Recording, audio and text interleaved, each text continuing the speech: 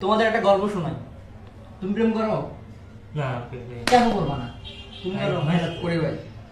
সাবাস, তুমি তো আগে মারা খাওয়া তুমি। এখন কথা হচ্ছে যে প্রেম করাটা হচ্ছে যে আসলে ঠিক না। কেন ঠিক না জানো? সে হচ্ছে একটা গল্প শোনাই তোমাদের।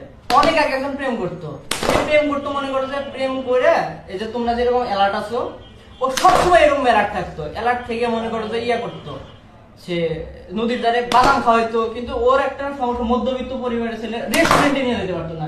রেস্টুরেন্টে না নিয়ে গেলে কি গার্লফ্রেন্ড থেকে না। এখন ও তো পড়ে গেছে বিপদে। এখন বাপের থেকে আর কতদিন চায় টাকা নেওয়া যায় বলো? কতদিন চায় নিতে পারবে? এখন তুমি তো প্রেমই করো না, তুমি আর কি চাবা তুমি? এখন তুমি যেহেতু প্রেম করো, হ্যাঁ, তো যে ইনকাম তো আর করো না, তাই না? ইনকাম তো করো না। এখন বাপের থেকে হইতেছে নেওয়া লাগে। এখন বাপের থেকে নিয়ে তো আর এত হাজার হাজার টাকা রেস্টুরেন্টে খরচ করা যায় না। তো এই যে অ্যালার্ট থাকতেছো, এখন কাহিনী হইতেছে যদি তুমি মানে গার্লফ্রেন্ড ছেড়ে যদি তুমি চাকরি করবে যাও, তাহলে গার্লফ্রেন্ড একা একা থাকবো। কার সাথে না কার সাথে টেম্পো চালাবে তুমি জানবা না? জানবো না, ধরাই যাবে না। কাছে থাকলে তাও দেখা যায়, ও তো কাছে নাই, এখন দেখতে তো পারবে না। এখন কি করা লাগবে তাতে?